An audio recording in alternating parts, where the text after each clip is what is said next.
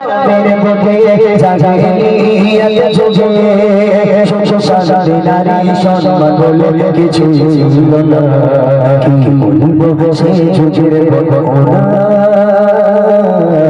কি বলবো সেই যুগের ঘটনা। আমি বিদেশে কাজে যাব, তখনকার মানুষ বাণিজ্যে যেত, বিদেশে যেত। এদিকে ফলো করো, বাদ দাও না সবাই, ভাই সব সরো না ওখান থেকে, সব সরে যাও ওখান থেকে, এত ডিস্টার্ব করলে হবে না, এদিকে ফলো করো। ইয়া রাসূলুল্লাহ, আমি বিদেশে যাব, কাজে বাণিজ্যে যাব, এমত অবস্থায় দেখলাম আমার স্ত্রী প্রেগনেন্ট, আমার স্ত্রী গর্ভবতী। আমি আমার স্ত্রীকে বলে গেলাম, হে আমার প্রাণ প্রিয় স্ত্রী, আমি 4 বছরের জন্য বিদেশে কাজে চলে যাচ্ছি। আমি যাবার পর যদি আমার পুত্র সন্তান হয়, মানে ছেলে সন্তান হয়, সুখবরটা আমাকে দিও। আর যদি আমার কন্যা সন্তান হয়, খবরটা দেবার দরকার নেই, আতুর ঘরের মধ্যেই তাকে তুমি গলা টিপে হত্যা করে ফেলো। খবরটা যেন মেয়ে সন্তান হলে বাঁচিয়ে রেখো না, নইলে আমি তোমাকে বাঁচিয়ে রাখবো না। এই কথা বলে বাপ চলে গেল বিদেশে 4 বছরের জন্য। 1-2 দিন পর, বাপ যাওয়ার কিছুদিন পরেই ওই মা একটা সন্তান জন্ম দিল। সন্তানটা মেয়ে সন্তান, কন্যা সন্তান। যেখানে বাঘের ভয় সেখানে সন্ধ্যা হয়, তাই না? এখন মা ওই বাচ্চার মুখের দিকে দেখছে, মেয়ে সন্তানের মুখের দিকে দেখছে, যেন এক ফালি চাঁদ হাসছে, চাঁদের কণার মতো দেখতে, ফুটফুটে একেবারে ফুলটুসি ফুলের মতো একটা চেহারার মেয়ে জন্ম নিয়েছে। ওই মা চোখ দিয়ে ঝড় নয়নে অশ্রু গড়িয়ে পড়ে, হে আল্লাহ, আমি আমার সন্তান, যে সন্তানকে 10 মাস পেটে ধরেছি, সেই সন্তানকে আমি কেমন করে গলা টিপে মারবো? মা ঝড় নয়নে কাঁদে আর মেয়ের দিকে তাকায়। শেষ পর্যন্ত মেয়েকে মারতে না পেরে মা একটা প্ল্যান খাটালো, একটা বুদ্ধি খাটালো। কি জানেন? মা মনে মনে করছে, যাক আমার স্বামী বিদেশে গেছে, মানে 4 বছর বাড়ি আসবে না। এখন আমি যদি এই মেয়েকে চুপি চুপি মানুষ করি, 4 বছর বয়স হয়ে যাবে, মেয়ে তখন বেড়ে উঠবে, তখন আমার স্বামী এসে যদি মেয়েটা দেখে মেয়ে বড় হয়ে গেছে, তখন হয়তো আর মারতে পারবে না। এরকম একটা বুদ্ধি খাটিয়ে মা কাউকে না জানিয়ে ওই মেয়েকে চুপি চুপি বড় করতে লাগলো। মেয়ে বেড়ে উঠে 4 বছর হয়ে গেল। এইবার দেখেন কি হচ্ছে, কবি লিখছে, সামনে চলে গেল কাজে বিদেশে,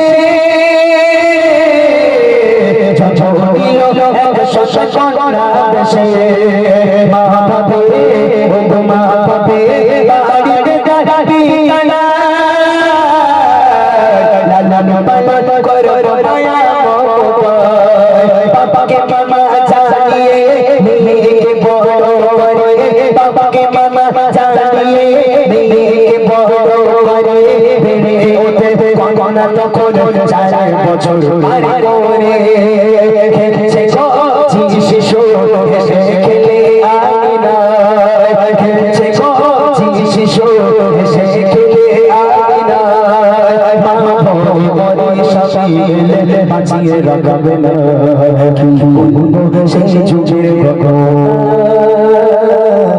কি বলবো সেই যুগের ঘটনা।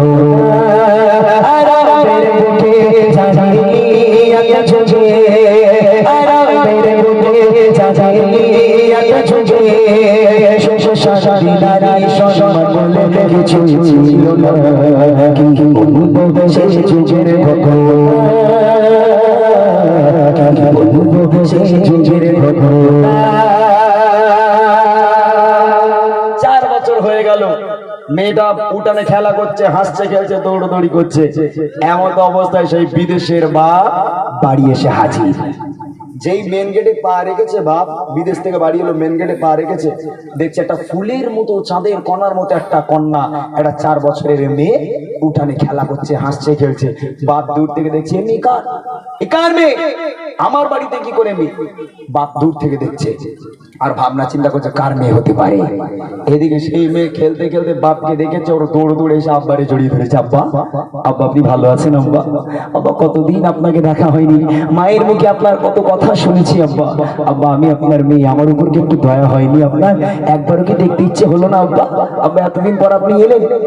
যেই বাপ বলে ডেকেছে, ও বাপের মাথা গেছে খোঁচে। এখন মেয়েটারে একেবারে সরিয়ে দিয়ে, একদম হিচড়া টান মেরে সরিয়ে দিয়ে বাপ একদম ঘর করে ঘরের মধ্যে ঢুকে গেছে। স্ত্রীর সঙ্গেও কথা বললো না, কারোর সঙ্গে কথা বললো না। বাপ রেগে আগুন, একবারে ঘরের মধ্যে গিয়ে দরজা বন্ধ করে চুপচাপ বসে আছে, কারোর সঙ্গে কোনো কথা বলে না। আগে দেখেন কি হয়, বলেছে,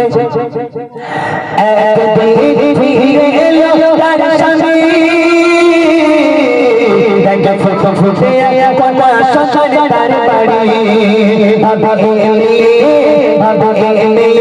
তার বাড়ি থেকে আর সামনে ছুটে এসে জড়িয়ে ধরে বলে আপু আমায় দেখো না আমি যে তোমার শোষা আপু আমায় দেখো না আমি যে তোমার শোষা বহুদিনের ধরে তোমায় ছিল টাকার বাসা আজ আজ হয়েছে পুরো আপু ছোট কেমন আজ আজ হয়েছে পুরো আপু ছোট কেমন এই বিশ্ব দেখে তার মাথা ধীর থাকে না সেই যুগের খোকন সেই যুগের খোকন একদিন হয়ে গেল, 2 দিন হয়ে গেল, 3 দিন হয়ে গেল, বাপ কারোর সঙ্গে কথা বলে না। 2-4 দিন পরে ওই বাপ আবার স্ত্রীর কাছে এলো, এসে বলছে যাকে যা আবার হয়ে গেছে বাদ দাও। যখন মেয়ে সন্তান জন্ম দিয়েই দিয়েছো, মেয়ে বড় হয়ে গেছে, ফুলের মতো দেখতে হয়েছে, ওরে আর মেরে লাভ নেই, তুমি একটা কাজ করো, তুমি তোমার মেয়ের ভালো করে সাজাও তো, একটু মামার বাড়ি থেকে ঘুরিয়ে নিয়ে। মা তখন একটু মনে শান্তি পেল, যা আমার পাষাণ হৃদয় স্বামী শেষ পর্যন্ত আমার মেয়েটাকে মানলো। তার মা খুশি খুশি মনে ভালো করে মেয়েটাকে সাজিয়ে বাপের হাতে তুলে দিল, যাও মা আব্বার সঙ্গে মামার বাড়ির দিক থেকে ঘুরে এসো। এখন মেয়ে আনন্দে বাপের হাত ধরে ঘর থেকে বেরিয়ে গেল, মরুর পথের উপর দিয়ে হেঁটে হেঁটে যায়, পথের পর পথ, পথের পর পথ, পথের পর পথ হেঁটে যায়, গন্তব্য আর আসে না, না আছে কোনো ছায়া, না আছে কোনো পানি। এমন অবস্থায় মেয়ে আব্বার কাছে কাগজে মিনতি করে, আব্বা আব্বা আপনি আমাকে কোথায় নিয়ে যাচ্ছেন আব্বা, আব্বা কলিজাটা ফেটে যাচ্ছে পিপাসায়, আব্বা কোথাও একটু পানি পাওয়া যায় না, কোথাও একটু ছায়া নেই আব্বা, পিপাসায় কলিজাটা ফেটে যায়, আপনি আমাকে বাড়ি নিয়ে চলেন, আপনি আমাকে বাড়ি নিয়ে চলেন, আমি আর চলতে পারবো না। এইবারে বাপ মেয়ের আর কোনো কথা শুনতে রাজি নয়, মেয়ের দিকে ফিরেও তাকায় না। বাপ মেয়ের হাত ধরে টানতে টানতে নিয়ে যায়, আর মেয়ে হাউ হাউ করে কাঁদে, আর আব্বাকে কাকুতি মিনতি করে বলে, আব্বা কলিজাটা ফেটে যাচ্ছে, আব্বা একটু পানির ব্যবস্থা করে দেন। বাপ আর কোনো কথা শুনতে রাজি নয়। এইবারে দেখেন, রহবানা ও গো রহবানা হয়ে যায় আপনি আনন্দে চলে তার বাবা পে মরর বালা ওপর দিয়ে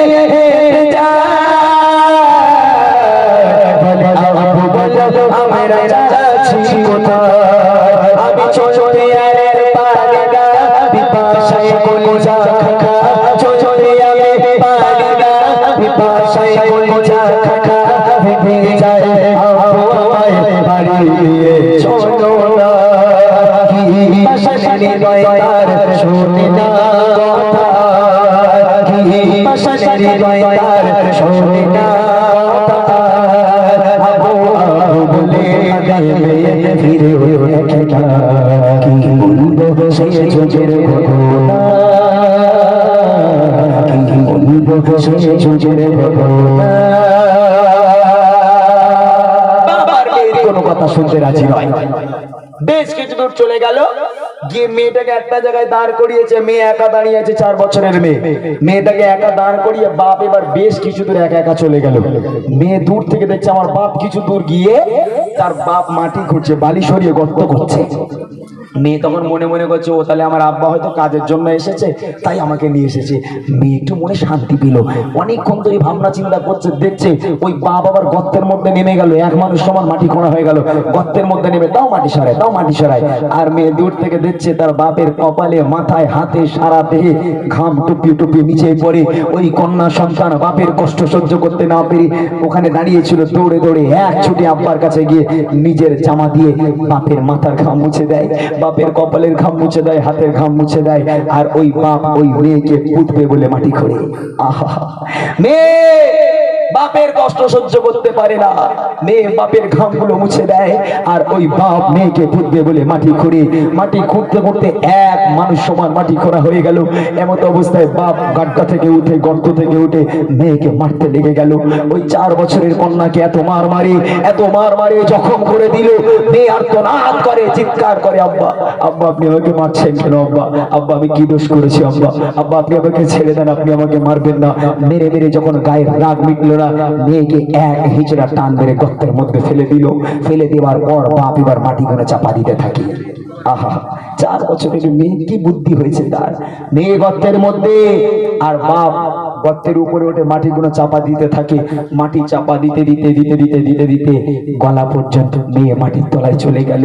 শুধু ফুলের মতো, চাঁদের মতো মুখটা মাটির উপরে ভেসে, 2 নয়ন অশ্রু গড়ায়, আর কচি মুখে আব্বা আব্বা বলে ডাকে, আব্বা আব্বা আপনি আমাকে ছেড়ে দেন আব্বা, আপনি যদি না চান কখনো আপনার বাড়িতে যাব না আব্বা, আপনি যদি না চান কখনো আপনাকে আব্বা বলে ডাকবো না, আপনি আমাকে মারবেন না আব্বা, আপনি আমাকে ছেড়ে দেন।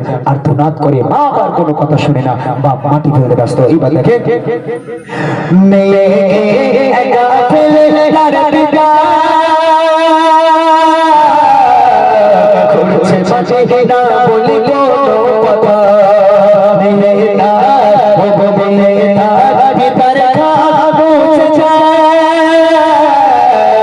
আর আপন মনে পিতা মাটি খুঁড়ে যায়। মানুষ মাঝে খুঁড়ে পিতা মেয়ের হাত ধরে, মানুষ মাঝে খুঁড়ে পিতা মেয়ের হাত ধরে, দিল ঠেলে যায় ঘরে পড়ে, কাঁদে কচি সোনা আবু আমায় রোনা, কাঁদে কচি সোনা আবু আমায় রোনা, মাটি চাপা দিতে থাকে মেয়ে কথা শোনে না, কি বলবো সেই যুগের ঘটনা, কি বলবো সেই যুগের ঘটনা। আপনি আমাকে ছেড়ে দেন আব্বা, আব্বা আপনি আমাকে মারবেন না আব্বা, আপনি যদি না চান আমি কখনো আপনার বাড়িতে যাব না, আপনি যদি না চান আমি কোনোদিন আপনাকে আব্বা বলে ডাকবো না, আপনাদের থেকে অনেক দূরে চলে যাবো আব্বা, আমি আমার মায়ের মুখও কোনোদিন দেখবো না।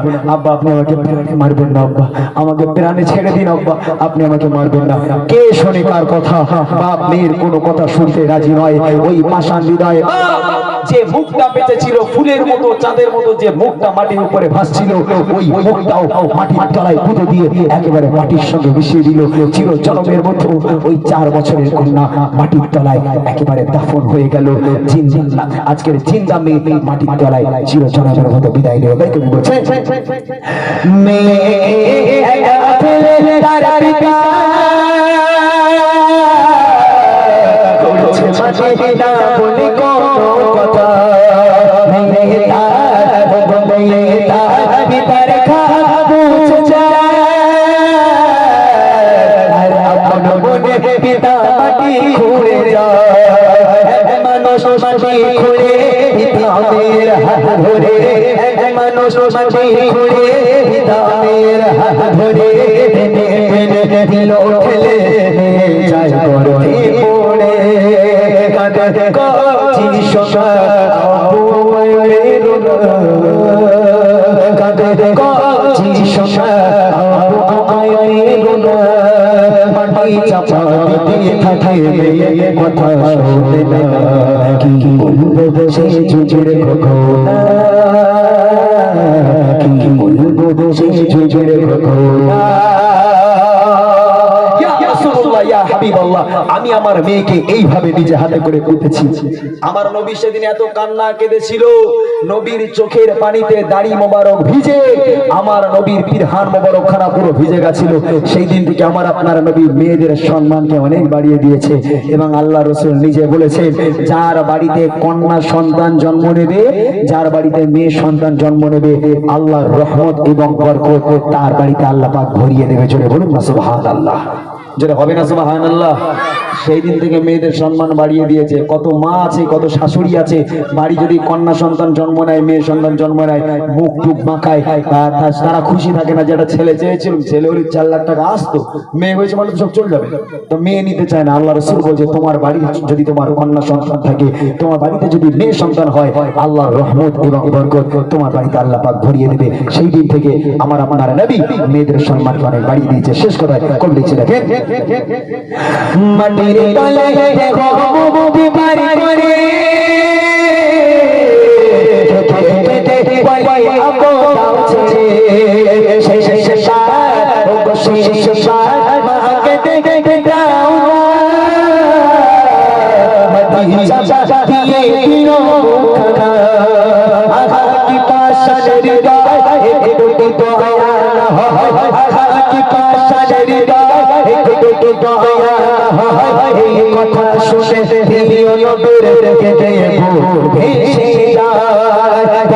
নবী এরা তোমার করুণা শ্মশান, বলে নবী এরা তোমার করুণা শ্মশান, ঘরের রহমত সবই অবহেলা করুণা, কি বলবো সেই যুগের ঘটনা, কি বলবো সেই যুগের ঘটনা, আরামের বুকে জাহিলিয়াত যুগে, আরামের বুকে জাহিলিয়াত যুগে, শাসনে নারী সম্মান বলে কিছু ছিল না, কি বলবো সেই যুগের ঘটনা, কি বলবো সেই যুগের ঘটনা, কি বলবো সেই